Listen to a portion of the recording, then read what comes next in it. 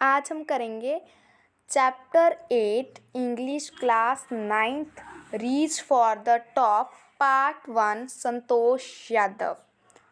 तो before you read में क्या लिखा हुआ है कि आपने लिस्ट मतलब 3 to 5 पर्सन्स की ऐसे की लिस्ट करनी है जो आपके लिए आइडोलाइज हैं, आइडल्स पीपल्स हैं, ठीक है, जिन्होंने कुछ अचीवमेंट की अपनी लाइफ में, और आपने ये टीचर के साथ डिस्कस करना है और टॉप 5 आइडल्स फाइंड करने हैं क्लास में।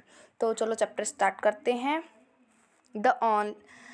तो एक ओनली वुमेन जिसने वर्ल्ड में माउंट एवरेस्ट 2 बार चढ़ाई की, स्केल्ड का मतलब होता है क्लाइंब अप, मतलब 2 बार चढ़ाई की, वो एक ऐसी सोसाइटी में, उसका एक ऐसी सोसाइटी में बर्थ हुआ जहाँ पर जो बर्थ था सन का मतलब बेटे का, वो तो ब्लेसिंग दी जाती थी, और जो डॉटर था उसे मतलब एक तरह से बोझ ही माना जाता था, वेलकम नहीं किया जाता था गर्ल का। तो जब मतलब संतोष की मदर एक्सेप्ट कर रही थी संतोष के लिए, मतलब ठीक है, संतोष अभी अनबोर्न थी और वो एक बार ट्रैवल कर रहे थे, तो हॉली मैन ने, एक साधु ने उन्हें मतलब ब्लेसिंग दे दी कि अभी मतलब तब का टाइम में ऐसा था कि सबको लड़का ही चाहिए, तो उसने लड़के की ब्लेसिंग दे दी। तो सभी के हैरानी की बात ये हुई कि उसके पास ही खड़ी थी अनबॉर्न चाइल्ड की ग्रैंड मदर। उसने कहा कि हमें नहीं चाहिए सन, हमें डॉटर चाहिए। तो हॉली मैन सरप्राइज हुआ, उसने कभी भी रिक्वेस्टेड ब्लेसिंग नहीं दी थी, तो चलो उसने फिर डॉटर की ब्लेसिंग्स दे दी। डेस्टिनिटी का मतलब होता है फॉर्च्यून, मतलब भाग्य उसके साथ था, उसकी ब्लेसिंग काम कर गई। फिर संतोष का बर्थ हुआ। ये 6th चाइल्ड थी फैमिली में, और 5 ब्रदर्स थे इसके, मतलब पहले 5 ब्रदर्स थे। अब इससे ये भी पता चल गया कि संतोष की ग्रैंड मदर क्यों चाहती थी डॉटर को, क्योंकि फैमिली में पहले ही 5 बॉयज़ थे। सिस्टर ऑफ 5 ब्रदर्स थी अब संतोष यादव। और उसके बाद इसका जो बर्थ था वो हुआ एक स्मॉल विलेज में, जोनियावास में, रिवारी डिस्ट्रिक्ट में, हरियाणा में। तो गर्ल को संतोष का नाम दिया गया, जिसका मतलब होता है कंटेंटमेंट, मतलब खुशी भरी, मतलब जो हमेशा खुश रहे, स्टेट ऑफ हैप्पीनेस। तो संतोष, बट उसके नाम के हिसाब से वो हैप्पी नहीं रहती थी, क्योंकि किसके साथ हैप्पी नहीं रहती थी, उसके जो प्लेस है, ट्रेडिशनल वे से वो लाइफ बताते हैं, मतलब रीति रिवाज उसके घर वाले बहुत मानते हैं, इसलिए तो वो शुरू से ही अपनी लाइफ अपनी टर्म्स पर जीना उसने शुरू किया। और ये मतलब और सारी गर्ल्स थी उसके जैसी, वो तो ट्रेडिशनल कपड़े पहनती थी, ट्रेडिशनल इंडियन क्लोथ्स, और जो संतोष थी वो शॉर्ट्स पहनती थी। तो अब पीछे देखते हुए वो कहती है अब कि मैंने पहले से ही शुरू से ही ऐसा निश्चय कर लिया था, रिसॉल्व कर लिया, डिटरमाइंड थी कि मैंने सही जो पाथ है वो सही चूज़ किया है, तो मुझे नहीं, मेरे जो अराउंड है उन्हें चेंज होना चाहिए। संतोष के पेरेंट्स हैं वो एफ्लुएंट हैं, मतलब रिच हैं, लैंड ओनर्स हैं, वो इतना भी मतलब इतने ज़्यादा अमीर है कि वो एफर्ट कर सकते हैं कि वो अपने बच्चों को यहाँ तक कि कंट्री के कैपिटल न्यू दिल्ली में डाल सके पढ़ने के लिए।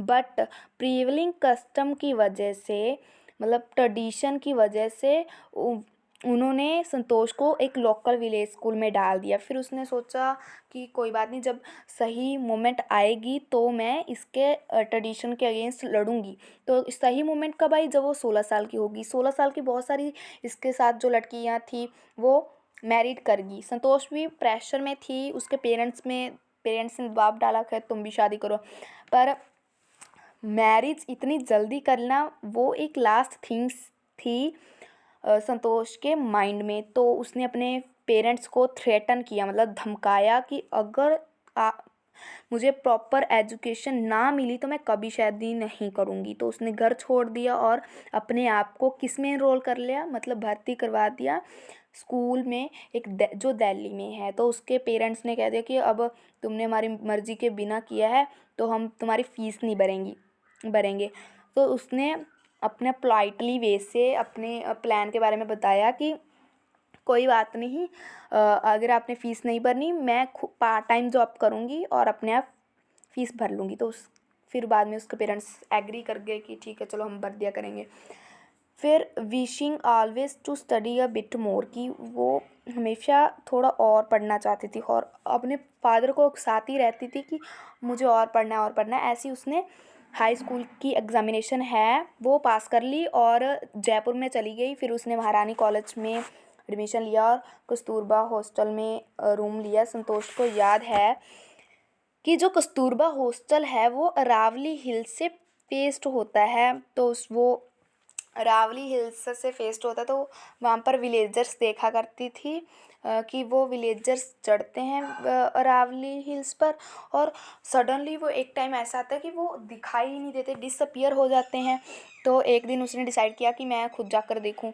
तो उसने क्या पाया कि वहाँ पर सिर्फ फ्यू माउंटेनर्स हैं और कुछ नहीं है। तो उसने उनसे पूछा कि मैं आपको ज्वाइन कर सकती हूँ। तो उन्होंने कहा कि हाँ। उन्होंने मोटिवेटेड जवाब दिया। ठीक है, फिर बाद में उस यंग गर्ल ने पीछे मुड़कर नहीं देखा और उसने थोड़ी सी मनी सेव की अपने आप को। कहाँ पर भर्ती करवा लिया? Uttarkashi Nehru institute of mountaineering में कोर्स के लिए उसने भर्ती करवा लिया। फिर वो कहती है कि जो मेरा कॉलेज का सेमेस्टर था जयपुर में वो अप्रैल में एंड होना था, पर वो हुआ 19 मई को एंड। इसलिए मैं उत्तरकाशी 21 मई में सपोज मैं पहुंच गई थी वहाँ पे उत्तरकाशी में। तो वो घर नहीं गई, उसके बदले वो ट्रेनिंग के लिए खड़ी रही। ठीक है, और उसने फिर अब बाद में अपोलॉजी लेटर लिखा, मतलब माफ़ी पत्र लिखा, जिसमें उसने अपने फादर से माफ़ी मांगी कि मैंने आपकी परमिशन के बिना अपने आप को उत्तरकाशी में एनरोल करवा लिया। और फिर संतोष है अब एक्सपीडिशन पे जाती है हर साल अभी।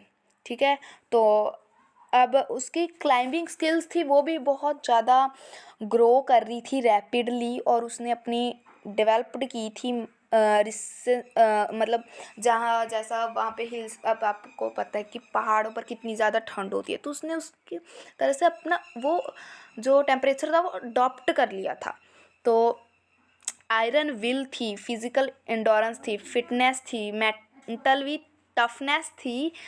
ठीक है, ये सारी स्किल्स थी। वो मतलब उसने बहुत प्रूव्ड की अपने आप को, वो वापस वापस प्रूव्ड करती रही। फिर उसकी जो कल्मिनेशन, मतलब उसका जो हार्ड वर्क है वो कल्मिनेशन ऑफ हार्ड वर्क मतलब कब पहुंची, मतलब उसकी सिंसियरिटी 1992 में कम आई। मतलब जब 1992 को उसने पहली बार माउंट एवरेस्ट स्केल्ड किया था, जस्ट 4 सालों बाद, जब उसने पूछा था रावली हिल से, उसके 4 साल बाद उसने माउंट एवरेस्ट क्लाइंब कर लिया था।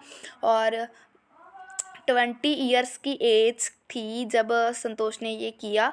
और क्लाइंबिंग स्किल्स थी बहुत, फिजिकल फिट था, मेंटल स्ट्रेंथ थी इसकी। सीनियर्स को ये चीज़ें इम्प्रेस करती रही, और जो इसके जूनियर थे उसको ये मतलब उसके लिए प्रेरणा स्रोत बनती रही। ठीक है, फिर इसने अपनी एक जगह सी बना ली थी क्लाइंबर्स के हर्ट्स में। फिर उसके बाद में क्या है कि 1992 के एवरेस्ट का जब मिशन था तो संतोष ने स्पेशल केयर दी थी क्लाइंबर को कि साउथ कोल पर क्लाइंबर डाई करे थे। तो एक को तो ये बचा नहीं पाई, पर एक को इसने बचा लिया, मोहन सिंह को। कैसे? इसने ऑक्सीजन शेयर कर कर। फिर उसके बाद 12 मंथ्स के बाद संतोष ने अपने आप को इंडो नेपालीस वुमेन एक्सपीडिशन की मेंबर पाया। वो भी इस ऐसे नहीं कि ये अपने आप बन गई, उन्होंने खुद इनवाइट किया था इसे ज्वाइन करने के लिए। फिर इसने सेकंड टाइम एवरेस्ट क्लाइंब किया और रिकॉर्ड दर्ज करवा लिया कि ऐसी वुमेन जिसने 2 बार माउंट एवरेस्ट स्केल्ड किया।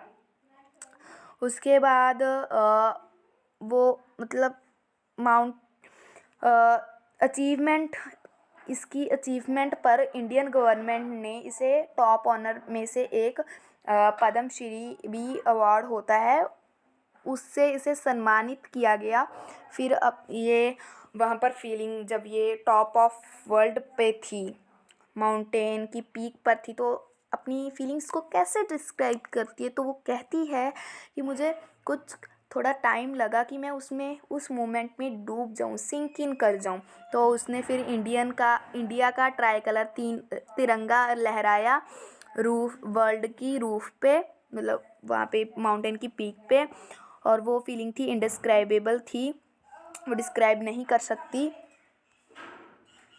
जो इंडिया का फ्लैग है वो टॉप ऑफ वर्ल्ड लहरा रहा था, और वो सच में स्पिरिचुअल मोमेंट थी, और उसे गर्व हो रहा था कि वो इंडियन है। ये सारी बातें संतोष यादव कहती है।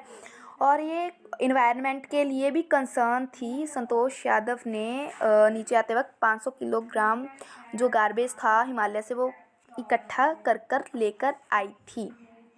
अगर आपको ये चैप्टर समझ गया तो please like and subscribe my channel. Thank you.